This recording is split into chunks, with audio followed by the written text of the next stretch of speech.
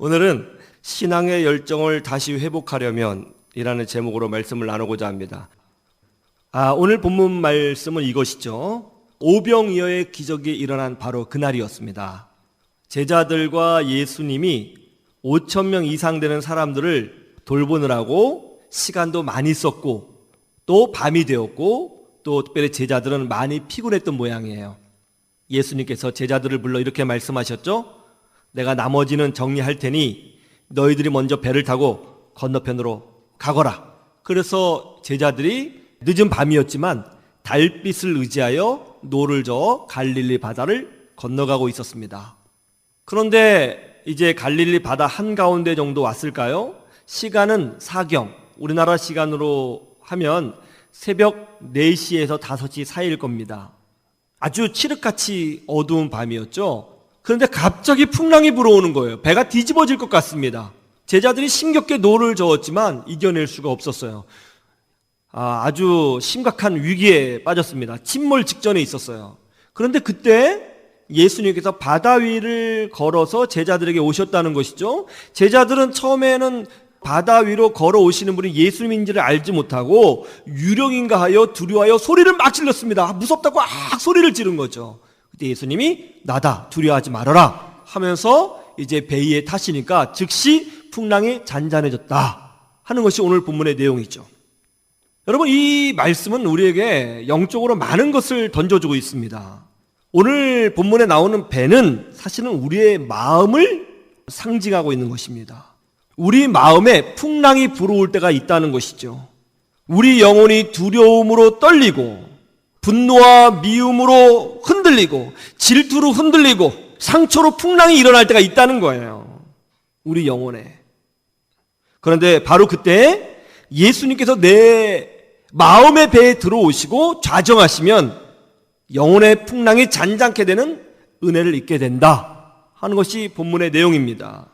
또 예수님이 바다 위를 걸으셨죠? 여러분, 이스라엘 백성들이 생각하는 바다는 어떤 의미죠? 이스라엘 백성이 생각하는 바다는 고난의 상징입니다. 그래서 성경에 보면 바다는 다 고난이에요. 세상에 고난이 와요. 위기가 와요. 교통사고가 나오고 질병에 걸리고 암에 걸리고 경제적으로 위기가 오고 관계가 틀어지고 고난이 와요. 그런데 이렇게 고난이 오는데 고난이 없는 건 아닙니다. 고난이 옵니다. 근데 놀랍게도 이 고난이, 이 위기가, 세상의 위협이 예수님을 무너뜨리지 못해요. 예수님은 이 고난 위에 계세요. 고난 위를 걷고 계십니다. 그리고 예수께 속한 모든 자들은 고난이 없는 것 아니지만 고난 때문에 무너지지는 않습니다. 그걸 성경이 설명하고 있는 것이죠. 생각해 보세요. 예수님은 광야에서 물고기 2마리와 보리떡 5개로 5,000명을 배불리 먹이셨습니다.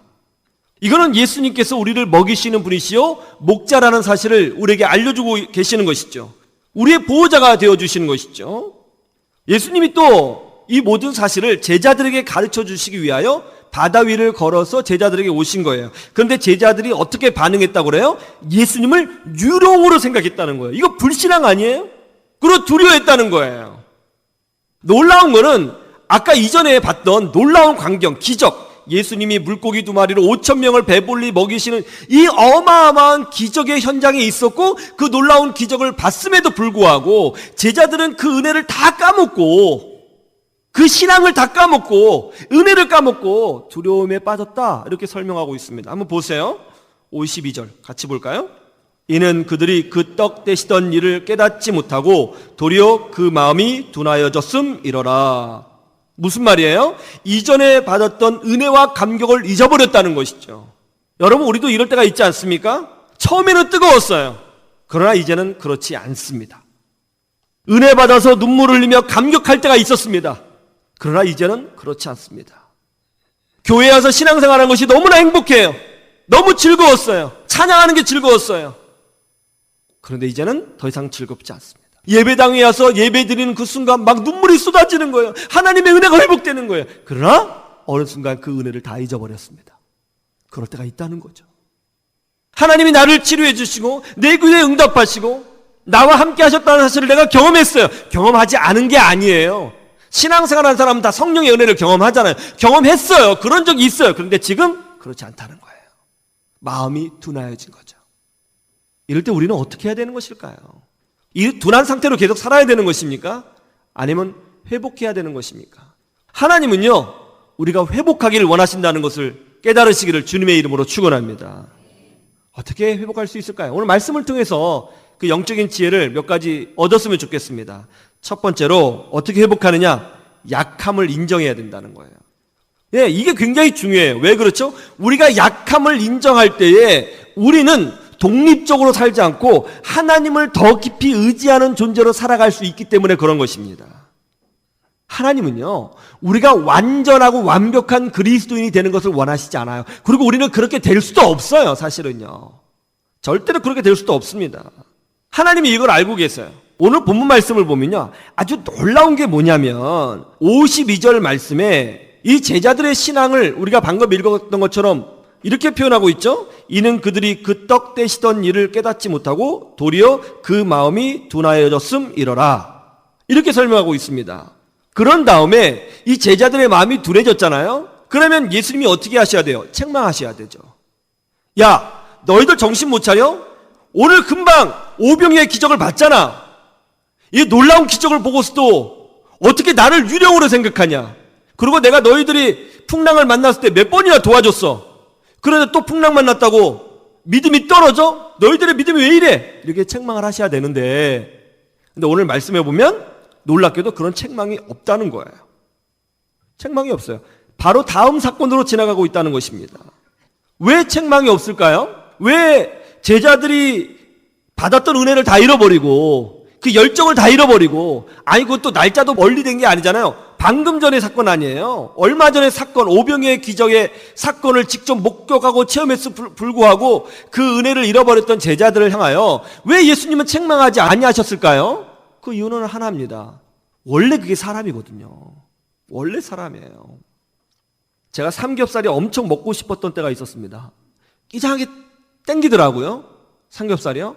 그래서 이제 밤에 삼겹살 먹었어요. 얼마나 맛있는지요. 날마다 삼겹살을 먹어도 살 것 같더라고요. 그런데 그 다음날 동기 목사님 모임에 갔거든요. 점심 때 삼겹살 먹더라고요. 정말 먹기 싫었습니다. 느끼한 게요. 그냥 라면 먹고 싶더라고요. 이게 사람이에요. 금방 바뀌어요. 금방 바뀌어요. 하나님이 이집트에서 400년간 노예살을 했던 이스라엘 백성을 모세를 통해서 구원해 내셨습니다. 구원하기 직전에 이스라엘 백성이 뭐라고 그랬어요? 하나님 살려주십시오. 살려주십시오. 우리를 돌아보지 않습니까? 간절히 기도했잖아요. 얼마나 고통스러운지. 그래서 하나님이 그들의 기도에 응답하셔서 모세를 보내어 이스라엘 민족을 꺼내지 않았습니까? 어떻게 꺼내셨어요? 놀라운 기적으로 꺼내셨죠. 10가지의 심판으로 이집트를 심판하시고, 또 홍해 바다를 가르시는 기적도 보여주시고, 낮에는 구름 기둥, 밤에는 불 기둥의 능력으로 이스라엘 백성을 지켜주셨잖아요. 그때 이스라엘 백성이 얼마나 기뻐했는지 막 솟구치며 춤추면서 하나님께 영광 돌렸어요. 그런데 그 다음날 이제 광야로 갔잖아요. 물이 없는 거예요. 그러자 하나님을 원망하고 좌절하고 울면서 부정적인 생각에 빠졌다는 거예요. 그래서 하나님이 어떻게 하셨어요? 그래서 하나님이 반석에서 물을 내셨어요. 그거 마시니까 또 하나님 살아계시다고, 하나님이 우리를 사랑하시다고 그렇게 좋아해요. 그런데 그 다음날 고기가 먹고 싶은 거예요. 왜 고기를 안 주냐고 하나님을 원망하고, 차라리 우리가 이집트에 노예가 되면 훨씬 좋았을 거라고 그런 얘기를 하는 거예요. 그래서 하나님이 메추라기를 보내주셨어요. 그거 먹을 때는 또 감사하다고 그래요. 그래 좀 더 가니까 길이 거친 거예요. 땅이 거칠어요. 그러니까 또 왜 이런 땅으로 인도했냐면서 하나님을 원망하고 부정적인 생각에 빠진 거예요. 이게 출애굽기의 내용입니다. 어디 출애굽기만 그래요? 여러분 사사기를 보세요. 하나님을 잃어버리고 우상 숭배하고 흥청망청 사니까 하나님이 이방 민족을 들어가지고 이스라엘 백성을 쳤어요. 그래서 이스라엘 백성이 주변에 있는 다른 나라의 노예가 돼버렸습니다. 너무 힘들잖아요. 살려주세요. 간절히 회개하면서 기도해요. 그러니까 하나님이 사사를 보내셔가지고 이스라엘 백성을 구원하십니다. 근데 조금 태평성대가 오니까 또 변해가지고 우상 숭배하고 또 타락하고, 또 이 민족의 노예가 되니까 살려주세요 기도하니까 또 사사를 보내주시고, 이게 반복이에요. 구약 성경의 역사는 뭐냐면 하나님의 은혜를 끊임없이 잃어버리는 백성의 모습이에요. 이게 사람입니다. 여기에 대해서 로마서는 이렇게 설명하고 있죠. 모든 사람이 죄를 범하였음에 하나님의 영광에 이르지 못하더니. 사람입니다. 사람은 약해요. 오늘 제자들도 그랬잖아요. 금방 오병이의 기적을 봤는데 어때요? 그 마음이 둔해져서 풍랑 하나인 것 때문에 예수님을 유령으로 생각하고 두려워하고 불신앙하고 넘어졌다는 거예요. 이게 사람이라는 거예요. 이게 사람이에요. 여러분, 우리는 이런 거를 볼 때 어떻게 생각해야 되는 것입니까? 예, 바로 이거죠. 우리의 믿음은 하나님께서 지켜주시지 않으면 내 힘으로 유지되는 것이 아니구나. 이것은 사람의 지혜로도 안 되고 인간의 능력으로도 안 되고 오직 여호와의 영, 성령의 능력으로만이 내 믿음과 신앙이 유지될 수 있구나. 그걸 인정해야 되는 거죠. 그리고 자신의 약함을 아는 사람은 더 깊이 하나님께 와서 기도의 자리를 지키고 예배의 자리를 지켜가면서 하나님의 은혜를 구해야 되는 줄로 믿습니다. 그게 우리의 신앙이에요. 어떤 집사님이 암에 걸렸어요. 그러자 날마다 교회에 와서 살려달라고 간구를 했습니다. 정말로 하나님이 정말로 기적적으로 그 집사님의 암을 치유해 주셨어요. 그런데 더 놀라운 게 뭔지 아세요? 그때부터 그 집사님이 기도를 하지 않게 되었습니다.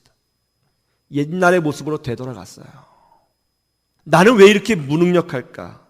나는 왜 이렇게 금방 은혜를 까먹을까? 왜 이렇게 기도를 못할까? 나는 왜 자꾸 똑같은 죄를 범하는 것인가? 이게 사람이라고요. 자신의 한계를 인정해야 됩니다. 자신의 약함을 인정해야 되는 거예요. 그래서 우리는 하나님의 은혜가 필요한 존재예요. 그래서 우리는 매주 예배를 드려야 하고, 그래서 우리는 기도로 살아야 되는 줄로 믿습니다. 하나님은 우리가 완벽한 그리스도인이 되는 것을 원하시지 않습니다. 부족해도 돼요. 연약해도 돼요. 실수해도 돼요. 그런데 그것 때문에 하나님을 구하고, 그것 때문에 하나님을 의지하고, 그것 때문에 하나님 앞에 무릎 꿇는 사람이 되면 더 큰 은혜를 체험하게 되는 것입니다. 한 권사님이 제게 이런 이야기를 해주셨습니다. 지방에 있는 딸이 김장을 하다가 뭘 잊어버렸던 모양이에요. 그래서 권사님에게 전화를 걸어서 어떻게 하느냐고 묻더랍니다. 권사님이 김장에 A부터 Z까지, 처음부터 마지막까지 정말 맛있게 담글 수 있는 비법을 전화로 하나하나 다 일러줬대요.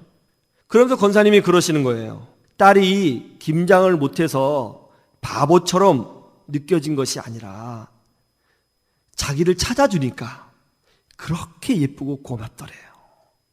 우리는 하나님을 찾는 사람이 되어야 되는 줄로 믿습니다. 우리의 약함을 인정하고 기도의 자리, 예배의 자리를 놓치지 마시기를 바랍니다. 이 믿음으로 승리하시기를 주님의 이름으로 축원합니다. 축원합니다.